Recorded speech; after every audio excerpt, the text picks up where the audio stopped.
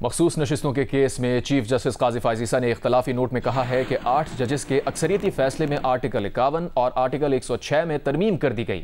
آئین میں ترمیم 2/3 اکثریت سے پارلیمنٹ کر سکتی ہے۔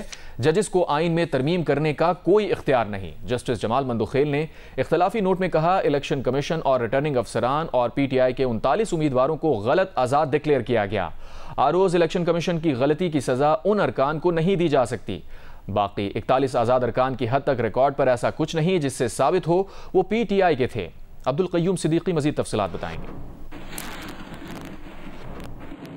سنی اتحاد کونسل کی مخصوص نشستوں کے کیس میں چیف جسٹس پاکستان قاضی فائز عیسیٰ نے 14 صفحات پر مشتمل تفصیلی اختلافی نوٹ جاری کر دیا۔ اختلافی نوٹ میں چیف جسٹس نے کہا کہ وضاحتی درخواستیں چیمبر میں سننے کا حکم دے کر اکثریتی ججز نے کامیابی سے قانون سازی کی۔ فیصلے کے بعد دوبارہ نظر ثانی کی درخواست ہی آ سکتی ہے جو وہی بینچ سن سکتا ہے۔ آئین کو اپنے الفاظ میں ڈھالنے سے اجتناب کرنا چاہیے۔ آئین میں ترمیم 2/3 اکثریت سے پارلیمنٹ کر سکتی ہے۔ ججز کو آئین میں ترمیم کرنے کا کوئی اختیار نہیں۔ چیف جسٹس قاضی فائز عیسیٰ نے اختلافی نوٹ میں مزید کہا کہ ججز کمیٹی میں تجویز دی تھی کہ یہ کیس ان ججز کو نہیں سننا چاہیے جو آئینی ترمیم سے متاثر یا اس کا فائدہ اٹھا سکتے ہیں۔ میری تجویز تھی کہ مخصوص نشستوں کا مقدمہ مجھے اور مستقبل کے ممکنہ چیف جسٹس کو نہیں سننا چاہیے۔ میری تجویز سے جسٹس منصور اور جسٹس منیب نے اتفاق نہیں کیا۔ جسٹس منصور علی شاہ نے جنرل باجوہ کی توسیع کے لیے 6 ماہ میں قانون سازی کا فیصلہ تحریر کیا تھا۔ چیف جسٹس قاضی فائز عیسیٰ نے اختلافی نوٹ میں مزید کہا مخصوص نشستوں کے کیس میں اپیلوں کا حتمی فیصلہ ہوا ہی نہیں۔ کیس کا چونکہ حتمی فیصلہ ہی نہیں ہوا اس پر عمل درآمد بائنڈنگ نہیں۔ فیصلے پر عمل درآمد نہ ہونے پر توہین عدالت کی کارروائی بھی نہیں ہو سکتی۔ جسٹس جمال خان مندوخیل نے 17 صفحات پر مشتمل اختلافی نوٹ میں کہا کہ آروز اور الیکشن کمیشن نے 39 پی ٹی آئی امیدواروں کو غلط آزاد قرار دیا۔ باقی 41 آزاد ارکان کی حد تک ریکارڈ پر ایسا کچھ نہیں کہ وہ پی ٹی آئی سے تھے۔